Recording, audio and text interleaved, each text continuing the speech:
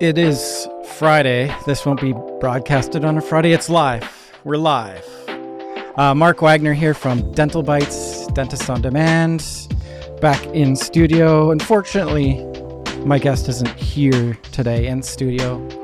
That's the way it goes. But I will be joining my guest in Toronto this coming week.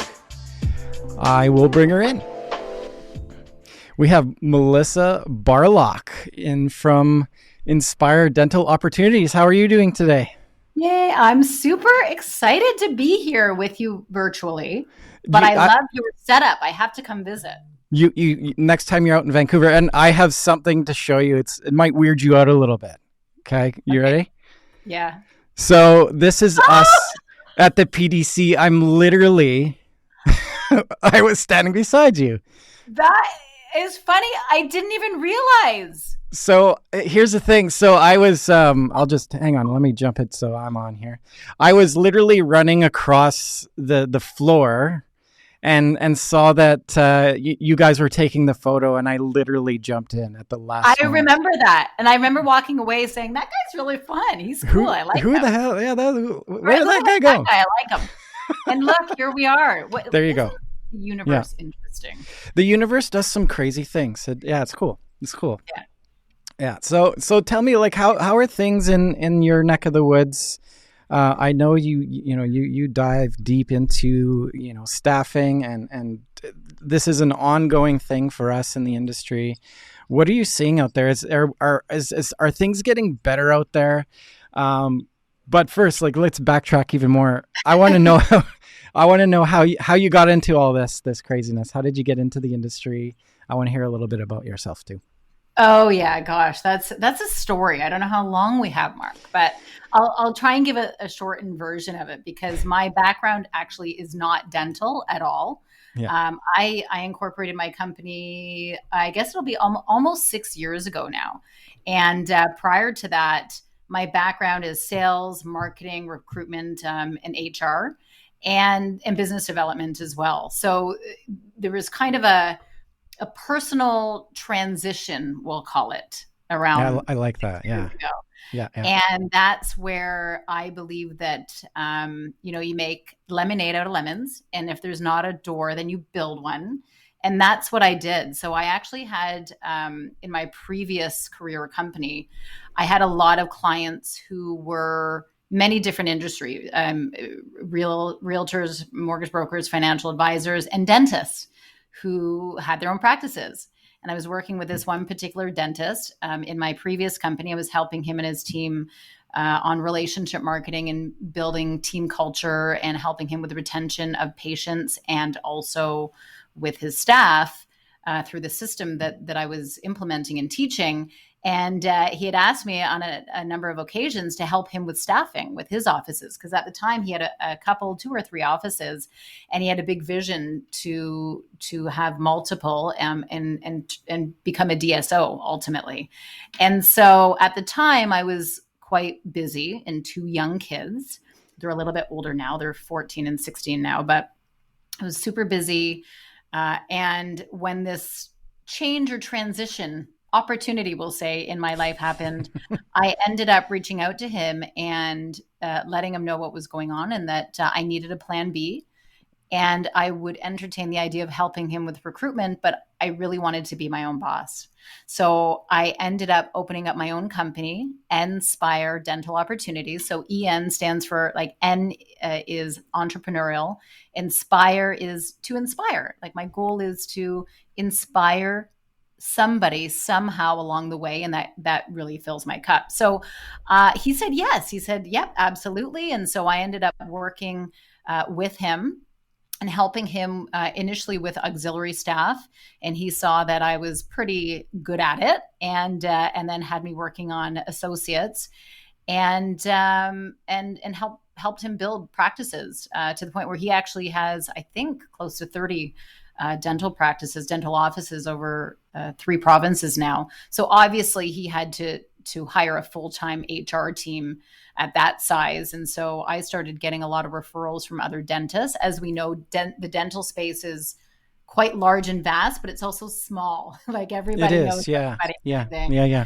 which can be good or bad, right? You can use Yeah. it to your advantage, but as long as you're working with integrity, which I always, that's one of our core values, of course, and started making a name for ourselves here. And so I hired my own team and got a couple of recruiters to help me out, and admin, and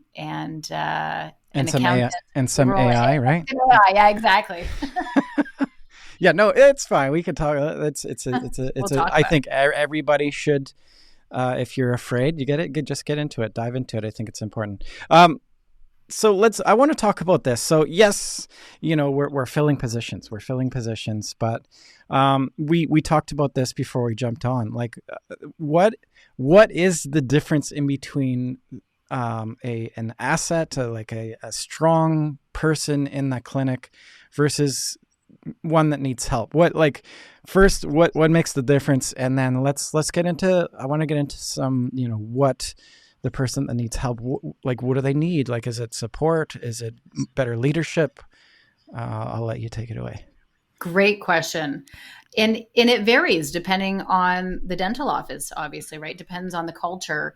And there's a number of things going on. And the unique situation that we have as a dental recruiting company is that we really have two clients, two audiences. So we have the dental practice owner, the dentist, or the hiring manager, and they could be both the same thing, the point of contact. And we also have the dental professional or the dental candidate looking for a job. So we hear feedback from both sides. And so much experience, like hundreds and hundreds, if not thousands of dental professionals over the last 5-6 years, sharing what they're looking for. And ultimately, what we hear over and over from the dental practice owner, the dentist who's looking for staff, they, of course, skill is necessary. But the top 2 or 3 things that they're looking for are, team player, somebody who's willing to learn, somebody with a good attitude. They, so many times my clients will say to me, Mellissa, like, we're tired of people with the entitlement and the people who, we're not looking for a seat to fill. We don't want that. We want a team player. We want somebody that we can invest our time into and create a family. And so we're looking for somebody with a great attitude, willing to learn. Yeah. And on the flip side of that, you have the dental professional who are looking for jobs, who are kind of saying the same thing, which is interesting because there's still a gap, and I'll get into that. But they're looking for a family as well. They're looking for an environment where they feel appreciated and valued. And 9 times out of 10, like, one of the questions that we ask when candidates come to us looking for a job, if they're changing offices, we always ask, well, why are you leaving? Why? Great question to ask. Yes. Of course. Like, why are you? We want to know, obviously, for many reasons, but the number one reason that we hear is because they don't feel appreciated or valued. Yeah. Right. And it's not about the money. Whereas a lot of dentists, they think, oh, well, I'm paying them so much. Why aren't they staying? Well, it's because it's not always about the money. It's almost an expectation now, especially with the landscape being the way it is in the labor market. People and the expectations have definitely shifted. Where, dental staff kind of have more of an upper hand, let's say. Yes. In that they're in high demand, so they can demand more. And that's that's economics. And that's kind of what's happening right now, is they're expecting good pay, but also an environment where they feel valued, appreciated, and where they want to come to work. And, I've seen this time and time again, and it's those clinics that are the family clinics that take care of their people like a family, making sure that they're heard is one thing. There's better culture there, and like what happens in that clinic? How does that get away from that? And is that is it a leadership thing? Is it a personality thing? Is it just the mix of people? How do things derail from staying on track?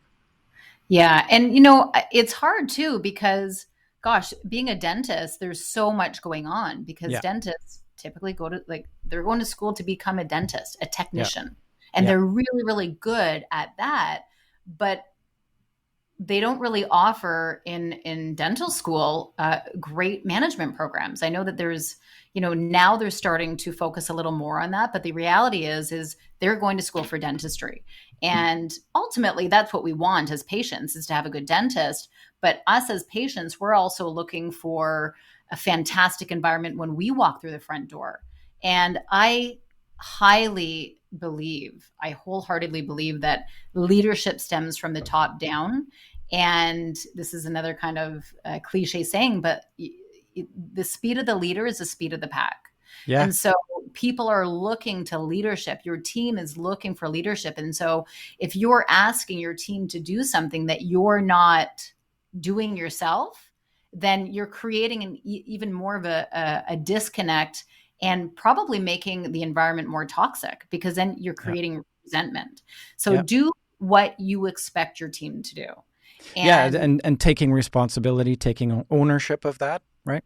Absolutely, 100%. I think it definitely starts with the leadership. And I think more and more dental practice owners are realizing that. I think that it was really polarized during the pandemic. And I don't love to talk about the pandemic, but I did notice a shift in that a lot of my clients who had a great team culture before it happened had an even stronger team afterwards. It was time, let's take positives out of it. Like, I don't like talking about it either, but I think everybody used it as an opportunity to really make adjustments and really put things out on the table and think about, like, it gave us it stopped the world. So, we all had some time to think, right? Right. And those who actually took some time to reflect and think about the busy dentist who's chairside, who doesn't have time to reflect, like, gosh, I mean, so busy. So for some that took advantage of the fact that, okay, well, I have forced time now, I can either make the best of it, which most of them did. And there were some great positive outcomes out of that. So you talked about the pack. Okay. We talked about the leader, right? What about the person? And how do I say this politely? The person that's kind of fallen behind, the one that needs the most help. Because at the end of the day, if the pack runs together, and if there's somebody slowing the team down, in a sense, what are we doing to support and help that person when the resources are capped? What are we doing for that straggler? Yeah. So great question. So I'm assuming you're asking from the dental practice owner perspective. Like, correct. Yeah. Or how do we support that particular person as a team as well? Because let's face it, we want our dentist, chairside, right? They might not have all the time to really deal with it too. Yeah. So there's always going to be one. Right. There's always going to be one that you're like, there's just like this one person that's toxic, and sometimes, I mean, there's a number of things. First of all, if you were to start from like de novo, like it's from scratch, from square one, and you really had time to think about this, which usually never happens, but really getting clear on what your values are, what your core values as a person and as a company are. And I'm not just talking about slap your core values on the wall. I'm talking about take the time to imagine what you want your team to look like. Because when you're clear as a leader, and this is any leadership role, by the way, when you're clear as a leader on what your goals are, what your vision is for your company, and you're able to clearly set and define that vision and goal, you're able to share it with your team, and people feel more comfortable knowing where they're going. Mm-hmm. Because all too often, a lot of times, leadership, they don't even have a clear vision themselves. They don't have a clear idea of what their core values are like, having those set of things that help you to make those decisions within your practice, personally and professionally. Yeah. Right. Having those guiding principles. And that will help you make decisions on when you're hiring people as well. Because when you're hiring people, you want to make sure that you have the same, at least those core values that are in alignment. Yeah. And it's okay, by the way, if people have different value system than you. It just means they're not the right fit. And so when I'm doing, lectures or training sessions with with dental students or with dental practice owners, I always start off with getting clear on what your core values are personally, so that you can actually, we want to match the right person with the right office, because otherwise it's a waste of time. It's never going to work. Yeah. Right. That's a bit like matchmaking is a big deal. It really is. I totally agree. Absolutely. Like we treat our, if you were to treat your interview like a first date, right? That's kind of what it is. You're trying to get to know the other person. And it's not just the interviewer interviewing the interviewee. It's not just the dentist interviewing the hygienist, for example, or the associate dentist. You want it both ways, because you want them to feel comfortable, so that their true authentic side comes out. And that's what you want most of. So it's really important to know what that is. So finding out what the core values are, but also if you have somebody in the office who's just not quite there, it could be a number of things. It could be that they weren't trained properly.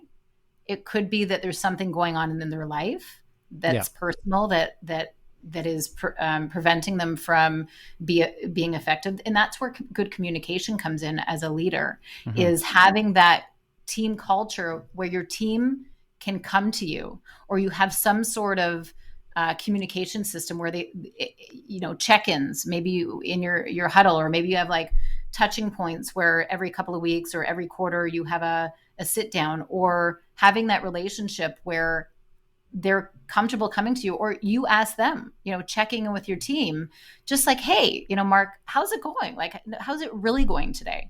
I noticed it's Friday, so I'm okay. TGIF, right? But how is it really going on, and how can I best support you? So as a leader, coming to them first is so key. And you can get so much information from people. And the dictatorships don't really work. They don't work very well. Not anymore. No. Those days are gone. Yeah. It really is a two-sided relationship where both parties want to be respected and they want to be heard. And, that's important. So the quicker that dentists and dental practice owners and all business owners, as soon as we realize that, I mean, me included, people want to feel valued and have purpose in their life. Purpose is everything. It really is. Yeah. It's when people feel like I think it's, when they don't feel like they're contributing, that's a tough place to be. It really is. So how like what things are we doing on a regular basis then? Like what activities, or whether it's a huddle, whether it's a team event, like what are we doing now to promote a healthy culture within the practice? Yeah. So great question. Again, things that I like to teach and share and use examples of some clients that we have that are fantastic at this is knowing first, like I shared, what their values are, but also implementing them by, team huddles in the morning, if you want to call that, your team get together, really setting the tone. And it doesn't have to be long, just a touching base, checking in with people, maybe setting up expectations or goals for the day, maybe doing fun little activities, having a fun Friday where people come in and you have like a theme, or it could be a potluck, or, having team get-togethers, maybe having like, if you've got goals for the day, every time somebody hits a goal or does something positive, have like a little jar where you've got like you put like fake little coins or something in there where you do a certain amount of coins. And then there's like a team dinner or a team get together,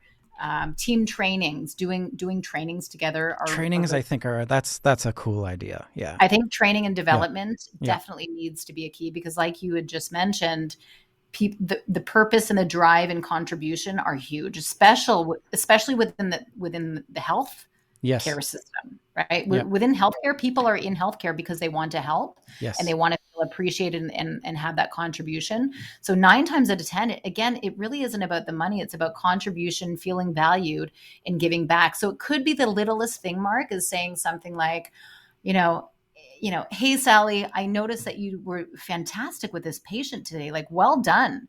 Would you be able to share what you did at our next team huddle with the team? And so you're giving recognition, but also leading by example and sharing ideas. So you're creating this atmosphere of collaboration and communication and openness. Yeah, I love that. How are we also incorporating the front of the practice into this as well? Because there are, I've been through, I'll use this as an example. I was going through Kelowna, and Todd's is a little, in the interior of BC, it's like a little convention that they have through a practice. And I was like, oh, are we going to see a Todd's tomorrow? Are you going to come to the booth and come and chat? And it was the front of the clinic, and they went, no, it's all the girls in the back are going. Like what are we doing to involve everybody? Like, yeah, I see. And I dare I think that's a mistake. I think that, the team that plays together stays together.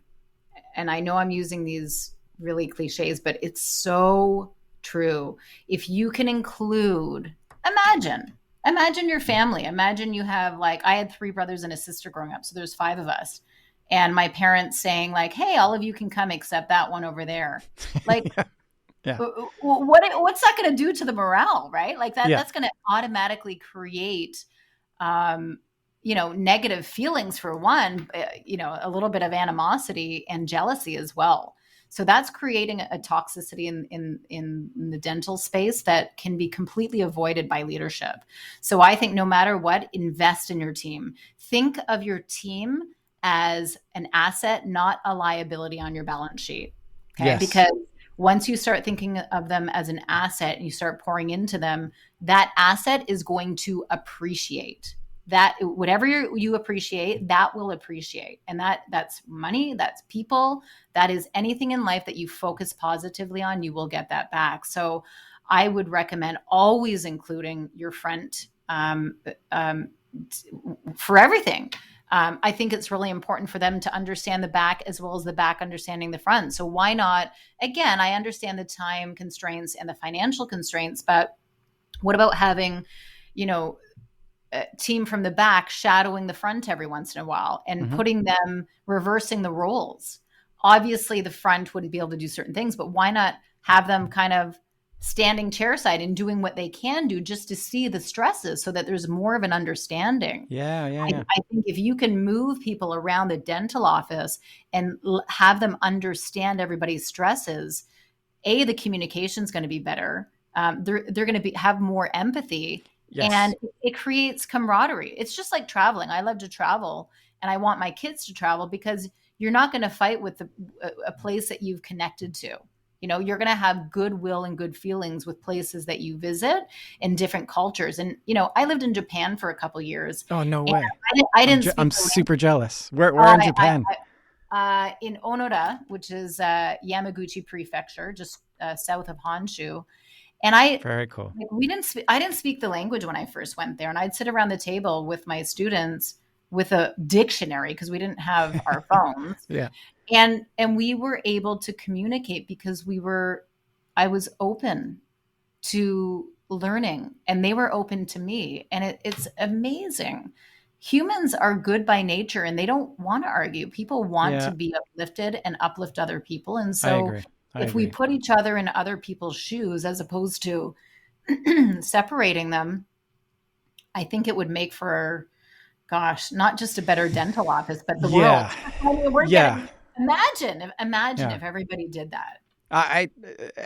Yes, absolutely. And, there's a lot of things that are buried, a lot of things that it's people's pasts, right? Like that, you talk about the family, right? Not inviting the one sister out or on the trip, right? But that that over time, like as a society, like if we include more everyone in the conversation, and I think conversation is key to it all. it ends wars, right? If we're all talking and we're all encouraged to talk. I know there's some folks that are not encouraged to talk. So if we build certain forums within business in practices where it's okay to like, hey, you might not be okay with something. We want to hear about that. You're not going to get in trouble. Voices being heard. Things will like progress better. Empathy, right? Yeah, Empathy. yeah. I did this just quickly. I did it was a workshop for a particular dental office. Oh, such a great team. And I did initially when they were coming in, I ordered these just positive sayings off of Amazon. Okay. And I had a bunch at every table, and everybody had to pick one that resonated with them. Okay. Yeah. So they got to keep it, their little card that had the saying on it or the quote. And then they had to share it with somebody.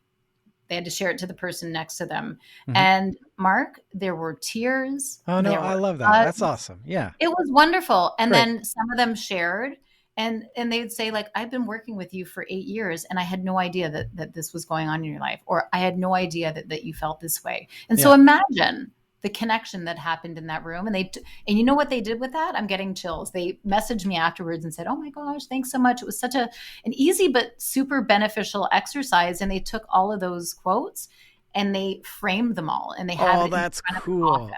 Very cool. Like that, you like pat so on, simple. Give yourself a little pat on the back. That's cool. That's great. I love that. Cause I love it too. Yeah, we all have kind of like, I think on a day-to-day, we all kind of have our heads buried in the sand, right? So and we all spend so much time working, and I think a lot of people at the end, like I think a core part of it is everybody kind of feels a little bit alone, right? Or maybe a little bit afraid to share. But what a great idea to get everybody kind of putting it all out there, and it's okay. Like it's like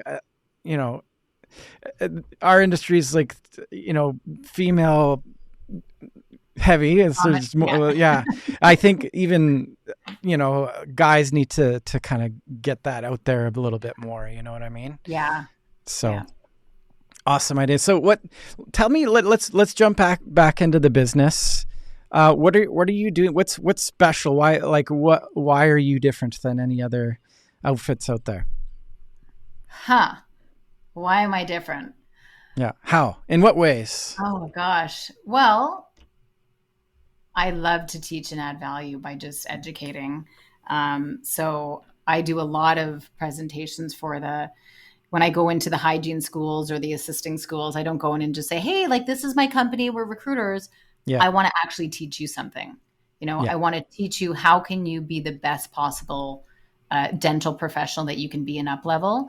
And so that's where I started with my company, is going out and educating. And I started getting asked to come back and back and educate on the same things that they weren't hearing. And so for that reason, I ended up co-writing 2 books with a lady that one of my recruiters, she works with me.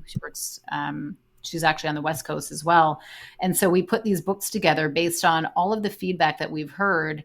And just so that it wasn't a financial thing for financial gain. It was really so that we can have something tangible to teach people so that they can really take their profession to the next level. So the education piece is huge. We really care. And I know most people do really care, but we keep in touch with our clients. Obviously, we've been really, really fortunate to have a lot of repeat clients and referrals because we do what we say we're going to do. We're very transparent and integral on both sides with the dental practice owner, but also the dental candidate. With the dental practice owner, we always ask them like, hey, are you open to feedback? Are you open to feedback from candidates? Because there are times where the candidates will be like, oh, I don't want to work there, because A, B, C, D. And if it's a common theme, we'll share that with the dentist. If give me an example of that. I went like that. That's a really, to me, if I was a practice owner, that would be of huge value to hear. Yes, but most like if I'm doing something, like it's hard for it's constructive criticism. It's not like a bash. I'm sure it's put out there in a very professional manner. But yeah. And if you can take it that way, Mark, like that you shared, it is, oh gosh, that's the game changer. Right. That's the difference. It makes the difference. Yeah. So the common thing that we hear would be, the office is toxic, and the dentist favors the office manager who's very catty, or, isn't really doing what they're supposed to be doing, or, I don't feel appreciated. They're very abrupt.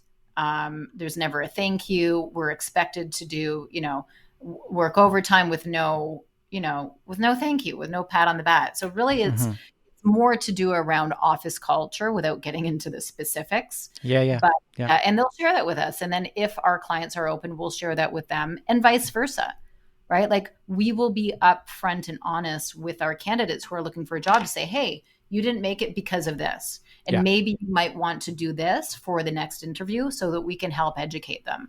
And again, that's one of the reasons why, we wrote these books, because we wanted to be able to educate that way. Yeah.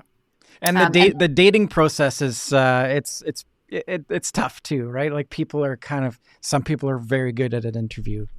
And some people are very shy, and might come across that they're a completely different person.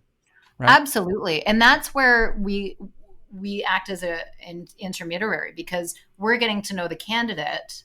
We know our client. We know what the client's looking for and whether the candidate's going to be a fit. Because typically we'll have first the phone conversation, then we do a Zoom, and we'll do several follow-up interviews, because we like to make sure that, the candidate shows up when they say they're going to show up. Because you can be great that first time, but if you're not consistent, then I'm not going to be sending you over to this client, right? Right. I don't want no-shows on the first day. That doesn't make us look good, or them look good.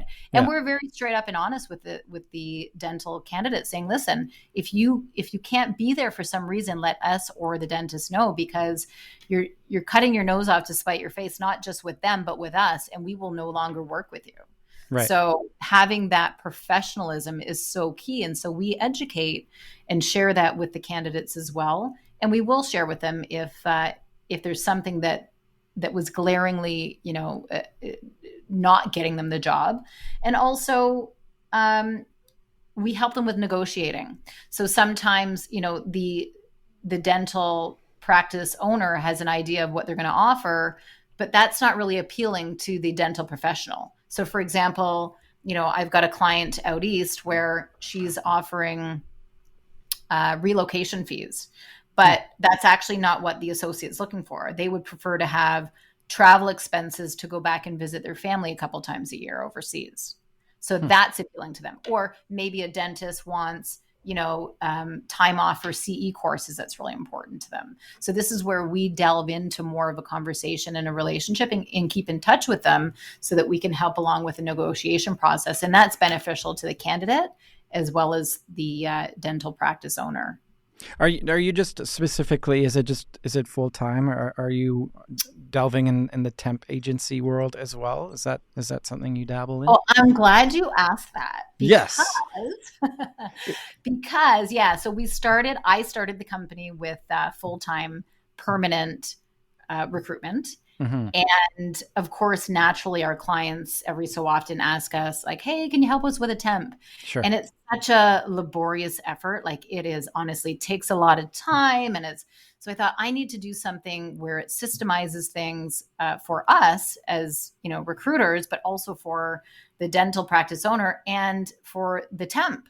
So I've been working diligently over the last couple of years, and finally about to launch a dental temping app. So this is the app. Perfect. I was going to ask about it, but okay, cool. That's awesome. So I'm launching next week at the ODA. So I'm not sure when we're airing this, but it may, if you're hearing this and it's after the ODA ASM, then we are launching beta next week. So anybody who comes to the booth, and wants to register, they're going to enter into our beta program where they get extra perks, and we'll be waiving fees and things like that for the dentist. And anybody else, reach out and we can get you set up as well. So. And it's sort of bilateral that you can jump on as the employer and the employee. Yeah. Correct. Cool. Yeah. So, or are you creating your own profile? Are you can you make a video of yourself and put that out there? Like, yes, you can. Yeah. That's a great idea. So you can, as in the app, as a dental professional, you can put a 60-second clip in your profile. So you have your own profile on there. It's basically your resume, the hours that you're available to work. And if you want to, you can put a video on there showcasing, your personality. You don't have to, but you can. That's an option there. You should. Video is awesome. It really is.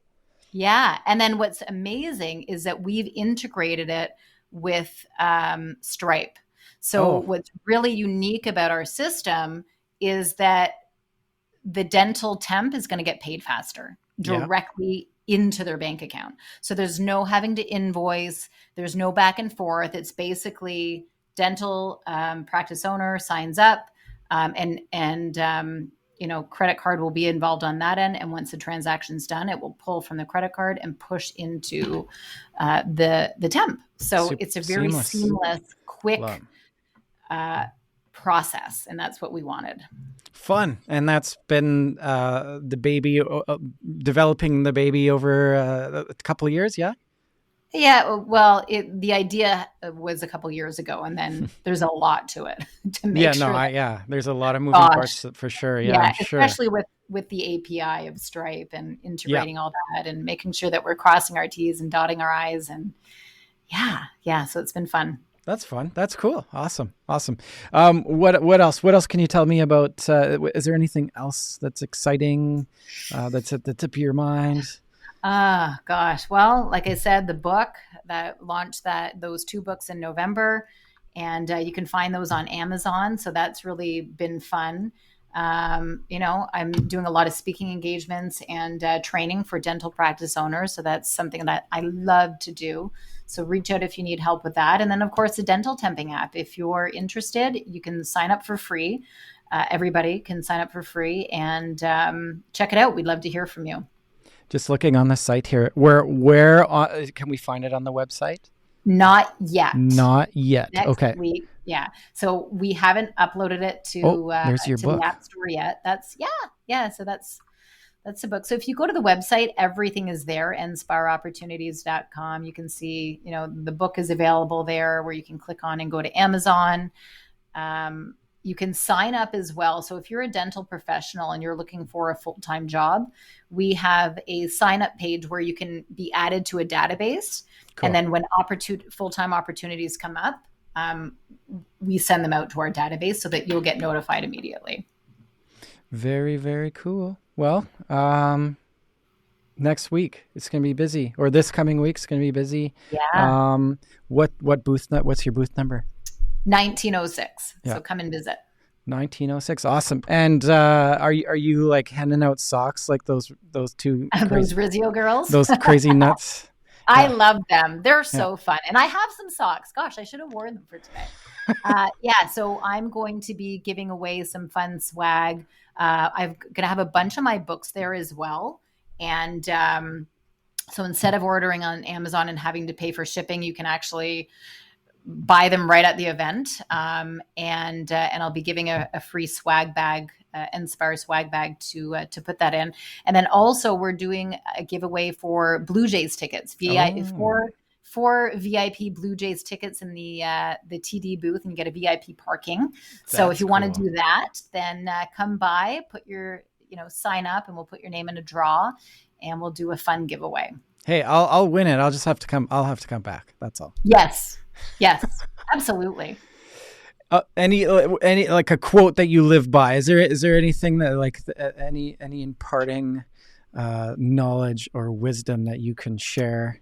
I'm sure you have millions of different quotes. I have lots of quotes, but the one that is standing out to me right now is because of my daughter who has just been asked to be a national diver. I'm super excited for her. She just started. Cool. Right on. Yeah, she just started 7 months ago and is rocking it. But she had a dive competition last month where I'm sorry, I missed that she started 6 months ago.